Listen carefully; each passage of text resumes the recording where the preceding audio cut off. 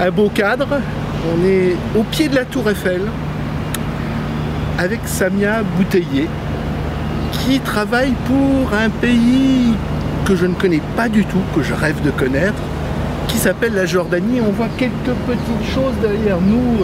Tout le monde a entendu parler de Petra et de ses, comment on pourrait dire, de son historique. Alors parlez-nous de votre pays et pourquoi voulez-vous le faire découvrir, puisque vous allez être à l'honneur au salon IFTM qui se déroule bientôt. Alors, la Jordanie est un musée à ciel ouvert déjà. Il y a pas mal de sites touristiques, culturels, historiques et loisirs et aventures. Et bien sûr, on a le fameux site de Petra qui est parmi les 7 merveilles du monde, les nouveaux 7 merveilles du monde, qui est un site magnifique, taillé dans la pierre, qui date depuis centaines d'années. La découverte était faite bien avant. Donc, il n'y a pas uniquement Petra en Jordanie, on a le fameux désert de Wadi Rum, qui est le fameux film également Laurence d'Arabie, qui est très connu, qui était filmé dans ce désert. Un désert qui est magnifique, on est vraiment dans un cadre de... les étoiles, on touche pratiquement les étoiles. Et ça c'est la partie sud de la Jordanie. On a aussi la partie Aqaba qui est également avec le corail magnifique à la mer Rouge. Quand vous parlez de corail, ça veut dire plongée bouteille ou c'est plongée... Plongée bouteille. Bouteille. Donc, plongée bouteille et également avec un tuba. On peut le voir, oui. Oui, tout à fait, oui. En remontant du sud vers Amman et vers la mer Morte, on traverse la mer Morte qui est magnifique également, qui a une vertu pour la peau, parce que ça agit sur l'effet très bénéfique sur la peau.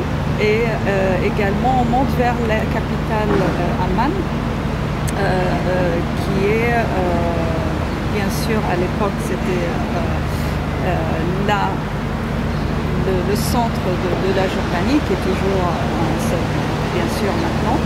On a la citadelle et l'amphithéâtre qui sont de l'époque romaine, qui sont très très bien maintenus, restaurés et qui sont visités au cœur de la ville d'Amman.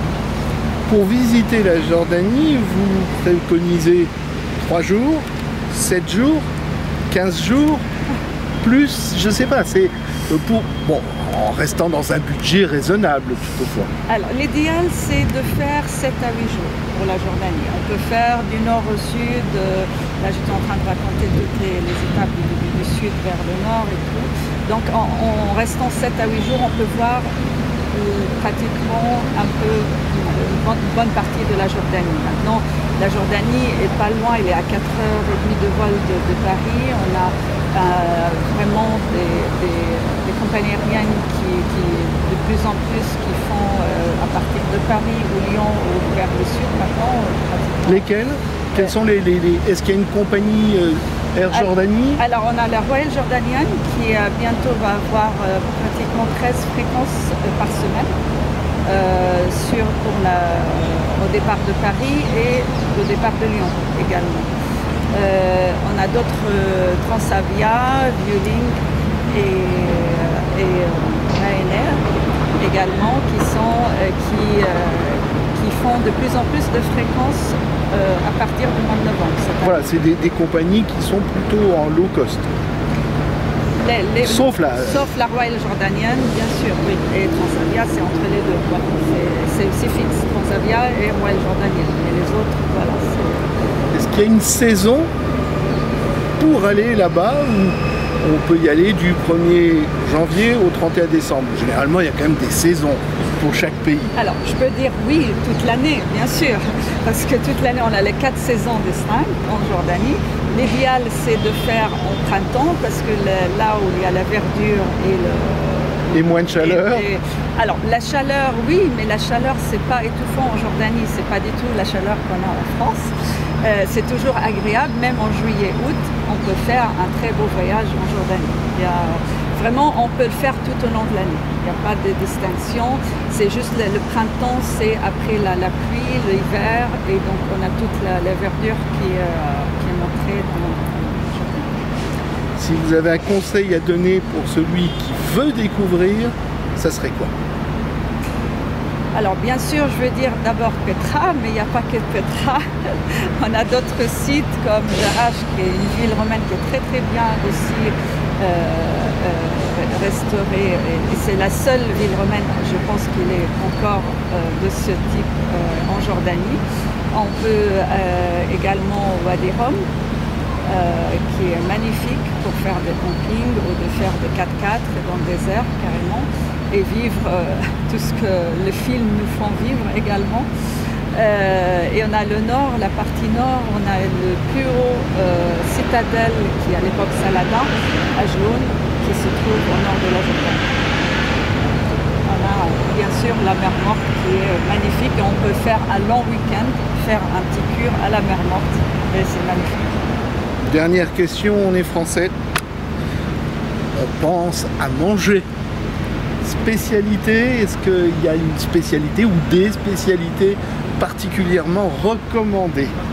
Alors bien sûr, il y a des spécialités jordaniennes à recommander au niveau gastronomique, mais il y a le plat qui est le plus connu, c'est le mansaf, qui est un plat jordanien typique qui est fait par de viande de mouton, du riz et de la sauce également, du yaourt. Donc ça c'est le vrai plat jordanien qu'on fait pour tous les événements possibles en Jordanie. Donc, et qui le touriste va découvrir tous les repas pratiquement.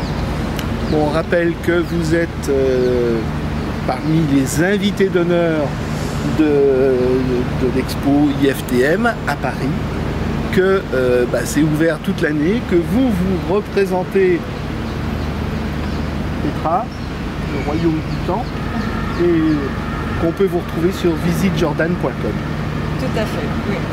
Ça c'est nous, on a aussi un partenaire qui sur IFTM qui a fait donc qui sont partenaires de Jordan Tourism Board, qui sont MNO Organization, qui font un travail sur la promotion de la Jordanie en France.